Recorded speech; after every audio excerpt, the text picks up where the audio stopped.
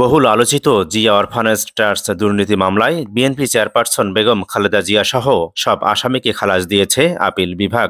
আজ বুধবার প্রধান বিচারপতি ডক্টর সৈয়দ রেফাত আহমেদের নেতৃত্বাধীন আপিল বিভাগ এই রায় দিয়েছেন। এই মামলায় হাইকোর্টের দেওয়া 10 বছরের কারাদণ্ডের বিরুদ্ধে খালেদা জিয়ার করা আপিলের চতুর্থ দিনের শুনানি শেষে আজকের দিনটি রায়ের জন্য দিন ধার্য করা হয়েছিল। গত সপ্তাহের মঙ্গলবার থেকে বৃহস্পতিবার পর্যন্ত দিন শুনানি হয়।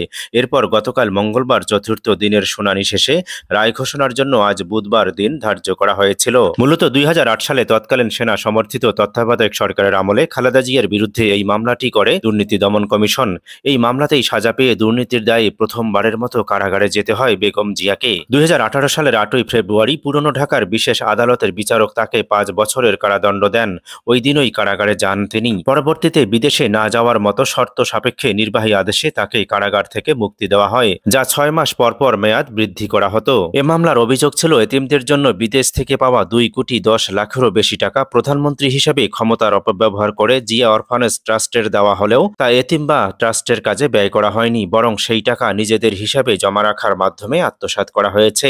রায়ে বেগম জিয়ার একমাত্র জীবিত সন্তান তারেক রহমান, যিনি এখন ব্রিটেনে বসবাস করছেন এবং বিএনপির ভারপ্রাপ্ত প্রধানেরও দায়িত্ব পালন করছেন, তাকেও 10 বছর কারাদণ্ড দেওয়া হয়েছিল। এই মামলায় বেগম জিয়া সহ তার ছেলে তারেক রহমানকেও অব্যাহতি দেওয়া হয়েছে।